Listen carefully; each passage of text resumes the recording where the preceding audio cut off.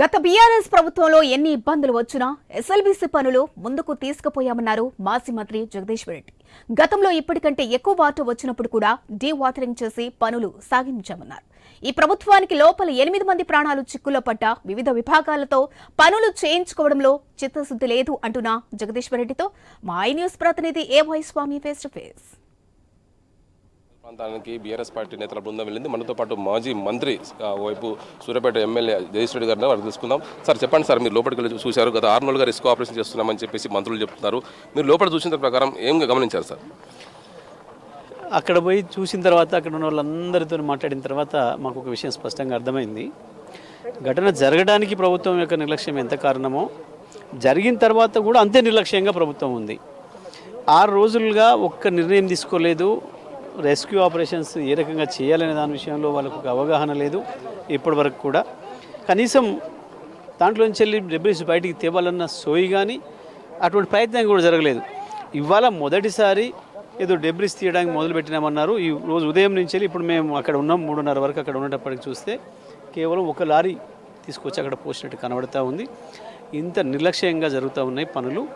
ఇది మనుషుల ప్రాణాలకు విలువ ఇచ్చి చేసే విధానం ఇది కాదు. ఒక ప్రభుత్వం స్పందించాల్సిన విధానం ఇది కాదు. మీరు కూడా పనులు చేశారు, ఒకవైపు డీవాటరింగ్ కూడా చేసిన పరిస్థితి. ఇప్పుడు డీవాటరింగ్ పేరు చెప్పి ఒకవైపు రిస్క్ ఆపరేషన్ ఆలస్యం అని చెప్పేసి మంత్రులు ఉత్తమ్ కుమార్ రెడ్డి, కోమటిరెడ్డి వెంకటరెడ్డి అంటున్నారు. వాస్తవానికి డీవాటరింగ్ ఇష్యూనే కాదు. ఎందుకంటే ఇంతకంటే ఎక్కువ సీపేజ్ వచ్చినప్పుడు కూడా మేము డీవాటరింగ్ చేసి పనులు చేయించినాం. నిమిషానికి 10,000 లీటర్లు వస్తే కూడా మేము డీవాటరింగ్ చేయించినాం అన్నాడు. ఆ రకం కూడా కొంత పనులు ముందుకు తీసుకుపోయినాం. వాస్తవానికి కొంత ఆటంకాలు వచ్చినమాట వాస్తవం మాకు పని జరగడానికి. కానీ ఇవాళ వస్తుంది కేవలం నిమిషానికి 3,400 లీటర్లే వస్తున్నాయని చెప్తున్నారు నీళ్లు. నీకు 10,000 లీటర్లను బయటికి పంపగలిగిన పంప్స్ ఉన్నాయి. మీకు 10,000 కాదు 20,000 కూడా పంపడానికి కావాల్సిన టెక్నాలజీ ఉంది బయట ప్రపంచంలో. అది పెద్ద సమస్య కాదు. కానీ వీళ్ళకి అసలు ఆ డివాటరింగ్ చేయడానికి కూడా ఒక ఆలోచన కూడా రాలేదు. ఉరికినే సాకు చెప్పి తప్పించుకున్నారు తప్ప ఇవాళ కూడా కేవలం 5,000 లీటర్లు తీస్తున్నామని చెప్తున్నారు. 4,000 లీటర్లను ఒకైనా అన్నాడు, 5,000 లీటర్లను ఒకైనా అన్నాడు. మరి గత 6 రోజులుగా అక్కడ నిల్వ ఉన్న నీళ్లను నువ్వు కేవలం 3-4 వేలు తీస్తే ఎలా పోతుంది?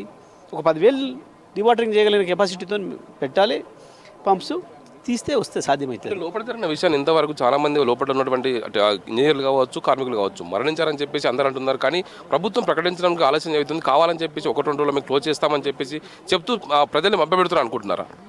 100% సంఘటన జరిగిన రోజు నుంచి కూడా ప్రజల్ని మోసం చేసే పద్ధతుల్లో, ప్రజల్ని మభ్యపెట్టే పద్ధతుల్లోనే వీళ్ళ ప్రకటనలు ఉంటున్నాయి. వీళ్ళు గాలిలో తిరుగుతున్నారు, గాలి మాటలు మాట్లాడుతున్నారు. కొంతమంది మాత్రం చిల్లరగా కూడా మాట్లాడుతున్నారు. అంత సీరియస్ సంఘటన జరుగుతుంటే ఈ రకంగా వాళ్ళు మాట్లాడడం కూడా సరైనది కాదు. బాధ్యతారహితంగా మాట్లాడుతున్నారు. పని కూడా బాధ్యతారహితంగానే ఉంది. అక్కడ చూసినప్పుడు అసలు వాళ్ళను బతికుంటే సేవ్ చేసి తీసుకురావాలి అన్న ఆలోచన ఉన్నట్టు కనబడడం లేదు. కనీసం వాళ్ళని వెతకాలన్న సోయితో కూడా పనులు జరుగుతున్నట్టు అక్కడ ఏమీ కనపడతలేదు ఈ రోజు వరకు కూడా. ఎందుకంటే మనకు తెలుసు, సపోజ్ మనమే ఉంది, ఒక ఇల్లు కూలింది, ఒక గోడ కూలింది, వెంటనే ఏం చేస్తాం? కింద మనుషులు ఉన్నారు అని అనుకున్నప్పుడు దాన్ని వెంటనే డెబ్రిస్ని తీయడానికి ప్రయత్నం మొదలు పెడుతూనే ఉంటాం. మనం ఒక ఫైర్ జరిగింది అంటే నీళ్ళు కొట్టడానికి ప్రయత్నం చేస్తాం. దాన్ని సాధ్యమైనంత వరకు దగ్గరున్న చెంబులు, బిందెలతో నీళ్ళు వస్తారు, బకెట్లతో పోస్తారు, ఫైర్ ఇంజన్ చెప్తారు, పిలిపిస్తారు, సాధారణంగా జరిగే పని. ఆ వైపు వీళ్ళ ప్రయత్నమే జరగలేదు ఈ రోజు వరకు. ఇది స్పష్టమైన నిర్లక్ష్యం. ప్రభుత్వ ఏజెన్సీని వాడుకోవాలని విఫలమే అనుకుంటున్నారా? 100% ప్రభుత్వ వైఫల్యం, అందులో సందేహం లేదు. ఎక్స్పర్టైజ్ ఉంది, అనేక టెక్నాలజీ ఉంది, దేన్ని వాడే ప్రయత్నం చేయలేదు. అసలు ఆ వైపుగా వీళ్ళకి ఆలోచనే పనిచేయలేదు. చూస్తున్నాం ఖచ్చితంగా ప్రభుత్వం గాలి మాటలు మాట్లాడుతూ సరైన కోఆర్డినేషన్ లేకుండా పనిచేస్తున్నారని చెప్పేసి మాజీ మంత్రి సూర్యాపేట ఎమ్మెల్యే జగదీశ్వర్ రెడ్డి అంటున్నారు. మొత్తానికైతే రిస్క్ ఆపరేషన్ సంబంధించి ప్రభుత్వం సకాలంలో వివరించలేదని చెప్పేసి ఆయన ఆరోపణలు గుప్పిస్తున్నారు.